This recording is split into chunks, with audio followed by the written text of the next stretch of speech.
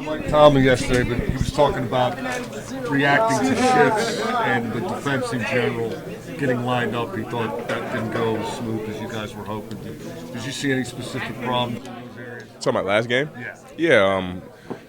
I won't necessarily say the communication was like we had some holes in as far as communicating last game, but like I talked about last week, 49ers do a lot of eye candy. They do a lot of things addressing different plays up. They got a lot of guys shifting in motion, post snap and pre snap. So we had to make sure that we was on the same page at all times. And there was times in that game where some guys got out of their gaps, or guys not really honing in on their assignment to help us get out of that down. So just little things here and there that turned into big problems. Hopefully we fix those this week so they don't continue. Is that new guys on the team stuff? Is that first game stuff?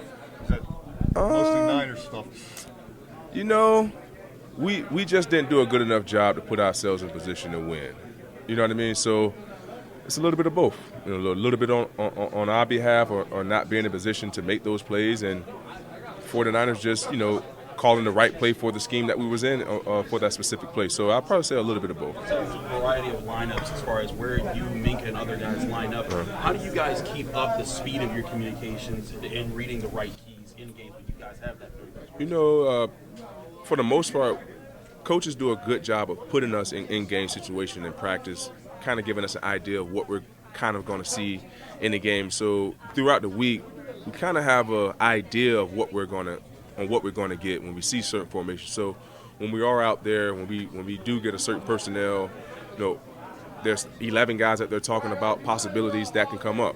And that's one of the key components in communicating and being on top of being ahead of the offense, not just one guy talking about what he thinks is going to come. Everybody is on the same page.